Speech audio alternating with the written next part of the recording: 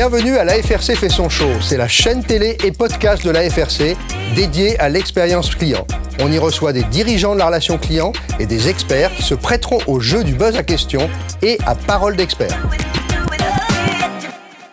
Bonjour Emmanuel Vivier, alors tu es cofondateur du Hub Institute qu'on connaît bien nous à l'AFRC puisqu'on passe notre temps dans les learning expéditions aux États-Unis ou un peu partout avec tes équipes. Alors bienvenue dans ce nouvel épisode de Parole d'experts. On va faire un petit voyage dans le temps avec toi pour parler du futur de la relation client. Et si tu veux bien, je te pose la première question. Peux-tu nous livrer quelques innovations qui t'ont marqué, Tu fais le tour du monde régulièrement et bien sûr celles qui risquent d'impacter le retail, l'e-commerce et la relation client. Merci. Effectivement, déjà, la bonne nouvelle, c'est que dans le futur, il y a toujours des clients. Ça, c'est la bonne nouvelle. Par contre, on voit que ces clients deviennent toujours plus exigeants. Finalement, on s'est habitué à l'impatience, voire l'instantanéité. Donc, on veut vraiment pouvoir joindre les marques 24 heures sur 24, 7 jours sur 7, de manière la plus rapide possible, mais aussi la plus personnalisée.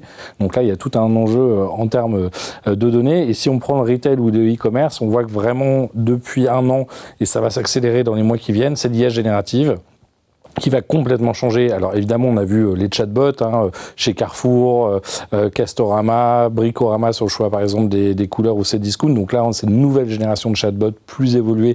Alors ça peut être en texte, avec des HelloBrain ou des Talkers, là on va être sur le vocal, donc on va pouvoir vraiment commencer à faire des enquêtes, vraiment quasiment pouvoir converser avec les clients à distance. Et puis on voit bien que le degré même en termes par exemple d'emailing, la qualité de ce qu'on va pouvoir produire, on voit Salesforce qui a intégré Einstein GPT. On va avoir des débuts de réponses pré-rédigées pour les opérateurs, pour leur gagner du temps, pour affiner, pour personnaliser, pour respecter la charte finalement un petit peu relationnelle ou éditoriale des marques. Et on n'en est qu'au début puisque ChatGPT c'est moins d'un an. En même temps, c'est déjà 100 millions d'utilisateurs dans le monde. Et puis, on a des centaines d'outils qui sont en train d'exploser, donc des startups ou d'anciens outils qui sont en train de se doter de ces briques d'IA générative. Comme grande rupture technologique, je me souviens, tu nous avais dit le métavers, ça va être extraordinaire, ça va révolutionner la relation client également. Et en fait, d'après toi, c'est l'IA générative qui va apporter plein de cas d'usage. C'est ça la vraie rupture aujourd'hui, c'est celle-là qui arrive et qui va transformer nos métiers. Alors je pense sur le métavers, on n'a jamais dit que ça allait révolutionner les choses. On était plutôt en mode, il y a un champ d'expérimentation intéressant, mais c'est peut-être encore un peu tôt et on avait un problème d'audience et puis aussi de simplicité d'usage. Là, ce que change l'IA, c'est que finalement, l'intelligence artificielle existait déjà depuis longtemps, mais c'était plutôt des sujets complexes avec les DSI, dans l'industrie, dans la prédiction des ventes, dans le marketing. Là, finalement, c'est la démocratisation de l'usage avec ce système de prompt, de chat, qui permet à tout un chacun, soit en usage interne avec les collaborateurs, soit pour concevoir des campagnes, écrire des scénarios ou directement avec le client. Et finalement, c'est un format qui est assez intuitif, que ça soit textuel ou vocal, qui permet d'échanger finalement de manière de plus en plus humaine et naturelle, et donc soit on décharge des humains des tâches les moins intéressantes pour finalement revaloriser certainement de plus en plus dans les mois et les années qui arrivent la relation humaine dans le point de vente, mais avec du vrai conseil, une vraie capacité empathique, et on se décharge sur les outils finalement pour gagner du temps la nuit, le week-end quand on est fermé ou lors de pics de demande. Là on a les JO qui arrivent, il va falloir gérer le multilingue à grande échelle. Alors, comme tu fais le tour du monde régulièrement, on va te demander de prendre une baguette magique et de nous transporter dans le futur. Est-ce que, d'après toi, dans 3 ans, 5 ans, j'en sais rien si on veut aller un peu plus loin, quel sera le futur de la relation client ? Est-ce qu'on aura des devices ? Je vois que tu as des superbes lunettes. Est-ce qu'on aura des nouveaux devices ? Le smartphone avait changé, révolutionné la relation client. Est-ce que demain, on sera tous avec justement des nouveautés Alors, sur les devices, je pense que c'est encore un peu tôt. Il faudrait vraiment que ça se miniaturise. En fait, la techno, elle devient vraiment magique quand elle devient invisible. Donc, c'est soit demain, elle est tellement bien intégrée qu'on n'a pas l'impression de devoir mettre un appareil. Donc, soit dans nos téléphones, soit dans nos vêtements, soit dans nos lunettes. Pourquoi pas ? Ce qui est sûr, c'est qu'on va atteindre un degré de connaissance et de compréhension personnalisé, parce qu'avant on segmentait, mais là on arrive vraiment à la promesse du one-to-one, où demain, chaque marque va pouvoir encore mieux nous connaître, mieux s'adapter, mieux anticiper nos besoins, et c'est pas pour nous bombarder, au contraire, ça va être pour amener toujours cette promesse du bon message, du bon service au bon moment, à la bonne personne.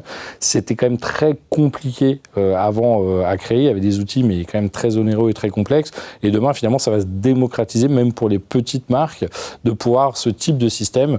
Donc finalement, demain, on aura vraiment cette relation, et là on pourra parler de relation entre les marques et les utilisateurs ou les clients. Et d'après toi, quel est le pays ou quelles sont les solutions qui sont le plus en avance aujourd'hui? Tu vois des choses en Corée, en Chine, aux États-Unis, en Europe? Quand on parle des États-Unis, c'est plutôt en fait la Silicon Valley, où réellement on voit tous les acteurs de l'IA, de l'IA générative avec OpenAI et d'autres cartonner. Mais bon, on a aussi Amazon qui vient de lancer Q, son chatbot B2B aujourd'hui. On a Copilot qui va arriver dans la bureautique de tous les jours, Office 365, voilà. Et après, effectivement, la Chine qui a démarré un peu en retard, mais qui est en train d'accélérer très très fort.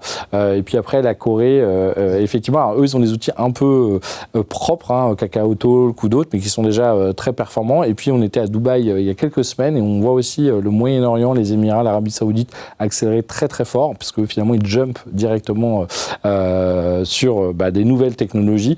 Donc, je pense que c'est encore un peu tôt. Puis, il ne faut pas oublier la France. On a énormément de chercheurs, d'abord, qui partaient, maintenant qui reviennent monter des entreprises. On a Mistral, par exemple, en open source, mais plein de centres de recherche, même pour Meta, Facebook, il y a un centre de recherche à Paris, la cybersécurité d'Apple est aussi à Paris. Donc plein de startups également, voilà. Qui sont dans l'environnement du retail, de l'expérience client, tu en vois tous les jours. Donc ça, c'est sûr que c'est plutôt une bonne nouvelle. Là, on est encore dans cette phase de découverte, ça fait moins d'1 an que ChatGPT est sorti, mais je pense que là, dans les prochains mois, on va avoir énormément de choses, soit dans les éditeurs existants, soit des nouveaux acteurs qui vont nous proposer des nouveaux outils pour créer cette relation personnalisée et instantanée avec les utilisateurs. Merci beaucoup Emmanuel, on va se retrouver de toute façon dans T-Learning Expedition et pourquoi pas en France, à Vivatech. Il y avait hier soir, je crois, ou il y a 2 jours. Tech for Retail. Tech for Retail, voilà. Donc on va se retrouver dans tous ces salons. Merci d'être venu dans l'AFRC fait son show. Merci avec Emmanuel. Plaisir.